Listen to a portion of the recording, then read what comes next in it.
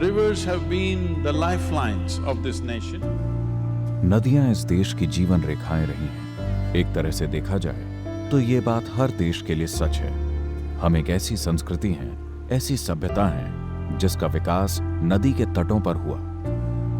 भारत की लगभग सभी नदियां इतनी तेजी से घट रही हैं कि अगले 15 से 20 सालों में वो 12 मासी न रहकर मौसमी हो जाएंगी।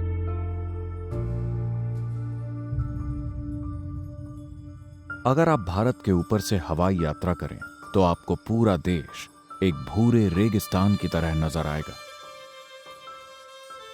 सभी नदियां सूख रही हैं। कृष्णा नदी लगभग 4 महीने समुद्र को नहीं छू पाती। कावेरी 2.5 से 3 महीने समुद्र तक नहीं पहुंच पाती।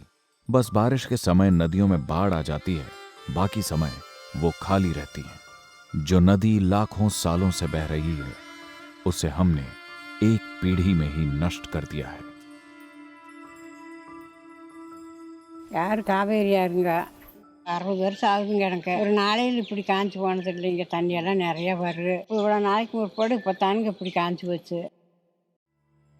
And water scarcity in parts of Bihar's Lakhisarai district is forcing people to literally dig up a river in search of water. The last 4 to 5 years, the river has been almost drying up. ಇಂಡಿ ಭಾಗದ ಭೀಮಾ ನದಿ ಸಂಪೂರ್ಣ ಬತ್ತಿ ಹೋಗಿದೆ. With dams, wells as well as rivers drying up in Jharkhand's Jamtara.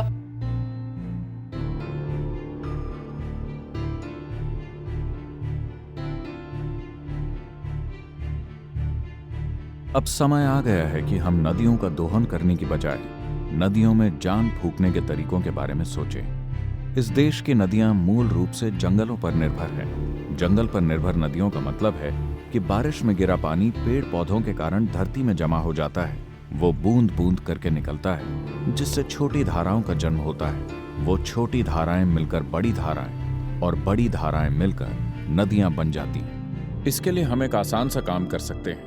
बड़ी नदियों के दोनों ओर 1 kilometre की चौड़ाई में सिर्फ पेड़ लगाए जाएं और हम तिमाही या छमाही फसलें लगाने की बजाय फलों या आयुर्वेदिक औषधियों के बगीचे लगाएं। तो इससे हम बहुत आसानी से किसानों की कमाई को 4 से 6 सालों के अंदर 3 से 8 गुना बढ़ा सकते हैं। इस उपाय से हमारे किसान अधिक सुखी और संपन्न होंगे। इसे लागू करने के लिए मजबूत राजनीतिक इच्छा शक्ति की जरूरत है। हम सितंबर माह में नदियों के लिए एक अभियान चलाने की तैयारी कर रहे हैं। मैं खुद गाड़ी चलाऊंगा और ये रैली